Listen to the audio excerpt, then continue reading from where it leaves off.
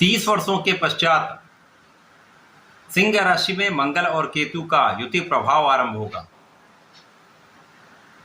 30 वर्षों के पश्चात ही कुंभ राशि से राहु अपनी सीधी दृष्टि का प्रभाव मंगल पर डालेंगे, जिससे एक प्रबल अंगारक योग बनेगा।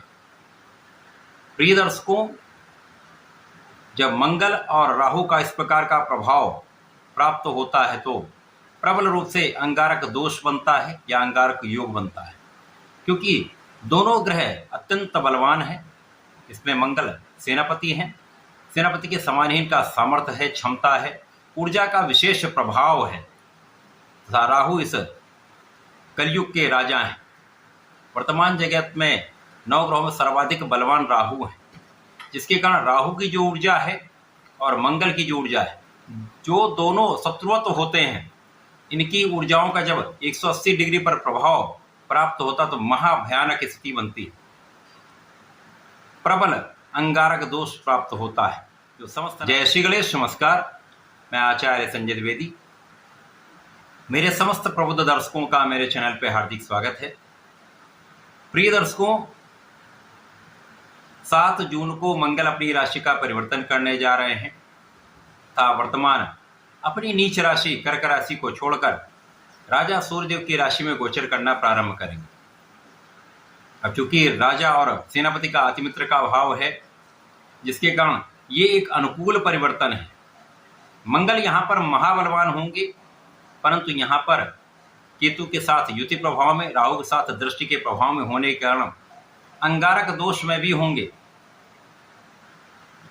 अब जब राहु भी मित्रवत भाव में है, शनि की राशि में है, शनि के प्रभाव के साथ में है, तथा मंगल सूर्यदेव की राजा की राशि में है, तो विशेष प्रभाव प्राप्त होता है। कुछ सकारात्मक परिवर्तन होते हैं, कुछ नकारात्मक प्रभाव भी प्राप्त होते हैं। आज मैं मिथुन राशि के लिए मंगल के इस राशि परिवर्तन का, इस अंगारक दोष का, इस अंगारक योग का किस प्रकार का प्रभाव प्राप्त होने वाला है, इस 51 दिनों के समय में जो 7 जून से 28 जुलाई तक चलने वाला है, किस प्रकार का लाभ आपको प्राप्त होने वाला है, अथवा कहीं पर कोई समस्या या अवरोध है तो उसका क्या निराकरण, संपूर्ण विश्लेषण मैं पूर्ण तरीके के साथ करने जा रहा हूं। प्रिय दर्शकों, इस राशिफल को आप अपने लग्न तथा राशि दोनों के अनुसार देख सकते हैं। मंगल ऊर्जा के स्रोत हैं, पराक्रम, साहस के कारक हैं। इसी प्रकार से हमारे शरीर में बहते हुए रक्त के कारक मंगल हैं,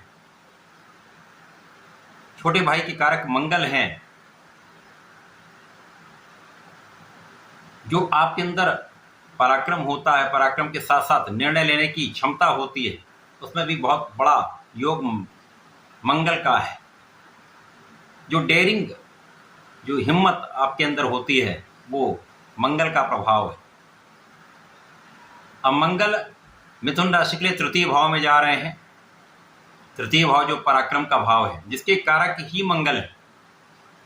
यहाँ पर मित्र की राशि में मंगल का गोचार आरंभ होगा, जिसके कारण बहुत कुछ सकारात्मक प्रभाव आपको प्राप्त होंगे। अब राहु के सीधे दृष्टि के प्रभाव में होंगे। राहु शनि की राशि में गोचर कर रहे हैं। राहु शनिवत माने जाते हैं तथा केतु को कुजवत कहा गया। कुजवत अर्थात मंगल के समान प्रभाव देते हैं। तो मंगल और केतु का प्रभाव तो यहाँ पर बहुत कुछ बैलेंस हो रहा है। केतु मंगल के प्रभाव को और बूस्ट करने वाले हैं, परंतु राहु का प्रभाव जो होगा कहीं न कहीं कुछ चीज़ों में समस्या का कारण भी बनने वाला है। यहाँ पर जब मंगल तृतीय भाव में होकर गोचर करेंगे तो आपके परिश्रम को कई गुना बढ़ा देंगे। आप महापराक्रमी रहने वाले हैं, आप अपना संपूर्ण प्रयास करने वाले हैं। अब समस्या कहाँ पर आएगी? यहाँ पर राहु का जो प्रभाव होगा क्या करेगा, जो आपके कुछ ऐसे मित्र होते हैं जो आपको डिगाने का प्रयत्न करते हैं अथवा आपको भ्रम देते हैं, आपको आपके मार्ग से दूसरे मार्ग पर, गलत मार्ग पर ले जाने का प्रयास करते हैं। तो ऐसे मित्रों से आपको सावधान रहना चाहिए। स्वार्थी मित्रों से आपको सावधान रहना चाहिए, उनसे पूर्ण रूप से आप दूरी बना लें। इसी प्रकार से राहु का जो प्रभाव होगा वो आपके छोटे भाई बहनों के साथ आपके संबंधों में कुछ क्लेश अवश्य देता है। यदि यहाँ पर भी आप सामंजस्य बना लेंगे, धैर्य रखेंगे, तो समस्याएं कम से कम हों। परंतु इस समय में भाग्य का साथ आपको मिलने लगेगा, क्योंकि कुछ ऐसे ग्रह हैं इस सौरमंडल में जो राहु के दुष्ट प्रभाव को नियंत्रित कर सकते हैं, जिनमें से एक मंगल भी है। अब मंगल यहाँ पर प्रबल होंगे, अपने ही कारक भाव में है तो महाबलवान हो गए, मित्र की राशि में होकर इनका बल कई गुना बढ़ गया, और केतु इस प्रभाव को कई गुना बढ़ाने वाले, जिसके कारण राहु का जो दुष्प्रभाव है वो नियंत्रित हो जाए। भाग्य का संपूर्ण साथ मिलने लगेगा। अब भाग्य का साथ मिल रहा है, आप परिश्रमी हो गए तो कार्य क्षेत्र में संपूर्ण सफलता आपको प्राप्त हो। कार्य क्षेत्र में सफलता ना मिले ऐसा हो ही नहीं सकता। यदि आप सही मार्ग पर चल रहे हैं, धर्माचरण कर रहे हैं, आप न्यायोचित हैं, निष्ठा के साथ अपने काम कर रहे हैं, तो यहाँ पर कोई शक्ति आपको रोक नहीं सकती। आपके कार्य क्षेत्र में प्रगति अवश्य होगी। पद का लाभ, धन का लाभ, मान सम्मान का लाभ आपको प्राप्त होना ही है। अब राहु क्या करते हैं, आपको धर्म के मार्ग से विरत करते हैं। धर्म का भाव नवम भाव है। यहां पर क्या होगा, कभी ऐसी स्थितियां बनेंगी कि आप धर्माचरण ना कर पाए, आध्यात्म से आप विरत होने लगते हैं, पूजा पाठ में आपका मन नहीं लगता। ऐसी स्थितियों से आपको बचना चाहिए। मंगल यहां पर क्या करेंगे, आपको आध्यात्मिक बनाएंगे, क्योंकि यहाँ पर मंगल का जो प्रभाव है वो बलवान है। तो जो नेगेटिविटी राहु की ओर से आ रही उस पर नियंत्रण लगेगा। लेकिन यहाँ पर प्रयास आपको करना होगा। सूर्यदेव की राशि में होकर आपका आत्मबल भी यहाँ पर प्रबल होगा, तो अपने मन को आपको स्थिर रखना है, डिविएट नहीं होना। इसी प्रकार से इस समय जो जातक नौकरी के लिए प्रयासरत थे, उनका काम यहाँ पर बनने वाला है। आपको नए कार्यक्षेत्र की प्राप्ति हो सकती है, नई नौकरी की प्राप्ति हो सकती है। आप प्रोफेशन में बहुत कुछ नया करने वाले हैं। यहाँ पर जो जातक ऋण के लिए प्रयासरत थे, लोन लेना चाह रहे थे, आपको मिल जाएगा। अच्छी संस्थाओं से, सरकारी संस्थाओं से प्रयास करें, काम सफल हो जाएगा। यहाँ पर शत्रुओं का विनाश होगा। निश्चित रूप से यहाँ पर बहुत कुछ स्थितियाँ आपके पक्ष में है।